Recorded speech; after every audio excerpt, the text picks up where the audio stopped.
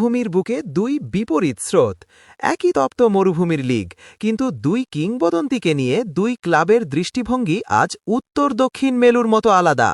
একদিকে ক্রিশ্চিয়ানো রোনাল্ডোকে নিয়ে আল নাসের প্রেসিডেন্টের চাপা ক্ষোভ, একরাশ বিরক্তি আর দীর্ঘশ্বাস। অন্যদিকে লিওনেল মেসিকে পেতে আল ইত্তিহাদের ব্ল্যাঙ্ক চেক হাতে নিয়ে অধীর অপেক্ষা। কেন একজন ফুটবল সম্রাটকে নিয়ে আজ এত হাহাকার, আর অন্যজনকে নিয়ে কেন এত আকাশচুম্বী আত্মবিশ্বাস? ফুটবল দুনিয়ায় কেন আজ নতুন করে বিতর্কের আগুন লাগলো? চলুন আজ পর্দার পেছনের সব সত্য খোলাসা। $600 মিলিয়ন অঙ্কের হিসাবে সংখ্যাটা শুনলে মাথা ঘুরে যাওয়ার কথা। আল নাসার এই বিশাল অঙ্কের পাহাড় সমান টাকা খরচ করেছিল শুধু একজন ফুটবলারের পেছনে নয়, তারা চেয়েছিল ক্লাবের ডিএনএ বদলে দিতে। কিন্তু আজ মাঠের বাস্তবতা কি? আল নাসারের শোকেসে কি কোনো বড় ট্রফি যুক্ত হয়েছে? না। বড় কোনো টুর্নামেন্টের ফাইনালে রোনালদো কি পেরেছেন সেই চেনা রূপে আবির্ভূত হতে? সেই উত্তরও চরম হতাশাজনক। আল নাসারের প্রেসিডেন্ট এখন হয়তো নিভৃতে ভাবছেন, এই বিশাল সম্পদ ব্যয় করে কি কেবল সিইউ সেলিব্রেশনই কেনা হলো? নেই সেই চিরচেনা ড্রিবলিং, নেই ম্যাচ জেতানোর সেই অতি প্রাকৃত জাদু। আজ অনেক সমালোচকই বলছেন, রোনালদো এখন মাঠের পারফরম্যান্সের চেয়ে তার পুরনো ব্র্যান্ড নেম দিয়েই বেশি খেলছেন।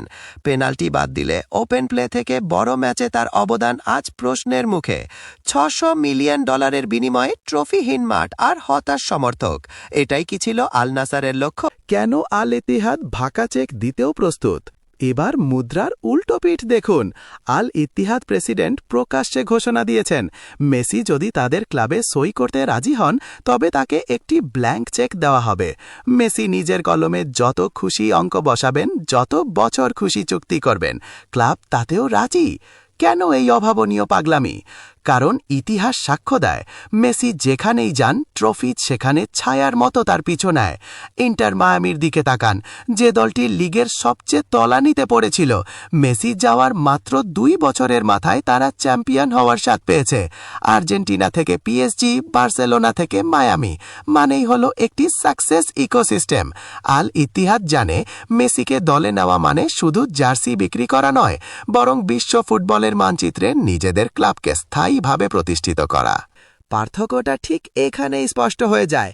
রোনালদোকে হয়তো রেকর্ড পরিমাণ টাকা দিয়ে কেনা সম্ভব, কিন্তু মেসিকে পেতে হলে তার সম্মান আর ফুটবলের দর্শনকে আগে বুঝতে হয়। মাঠের পারফরম্যান্স, দলকে টেনে তোলার ক্ষমতা এবং লিডারশিপ, সবগুলো প্যারামিটারেই মেসি যেন আজ অপ্রতিদ্বন্দ্বী। একদিকে কোটি কোটি ডলার খরচ করে আল নাসারের কপালে চিন্তার ভাঁজ, অন্যদিকে মেসিকে পাওয়ার আশায় আল ইত্তিহাদের চোখে মুখে এক অদ্ভুত প্রশান্তি।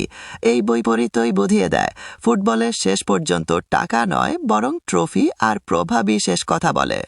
মরুভূমির ফুটবলে একদিকে 600 মিলিয়ন খরচের পর এক রাশ বিরক্তি, অন্যদিকে ফাঁকা চেকেও বুক ভরা আত্মবিশ্বাস।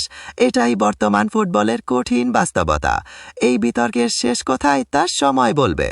তবে আপনার কাছে আমাদের প্রশ্ন, আল নাসারকে চড়া দামে কিনে ভুল করেছে, নাকি মেসি সত্যিই যেখানে পা রাখেন সেখানেই সোনা ফলে? আপনার মূল্যবান মতামত অবশ্যই কমেন্টে শেয়ার করুন।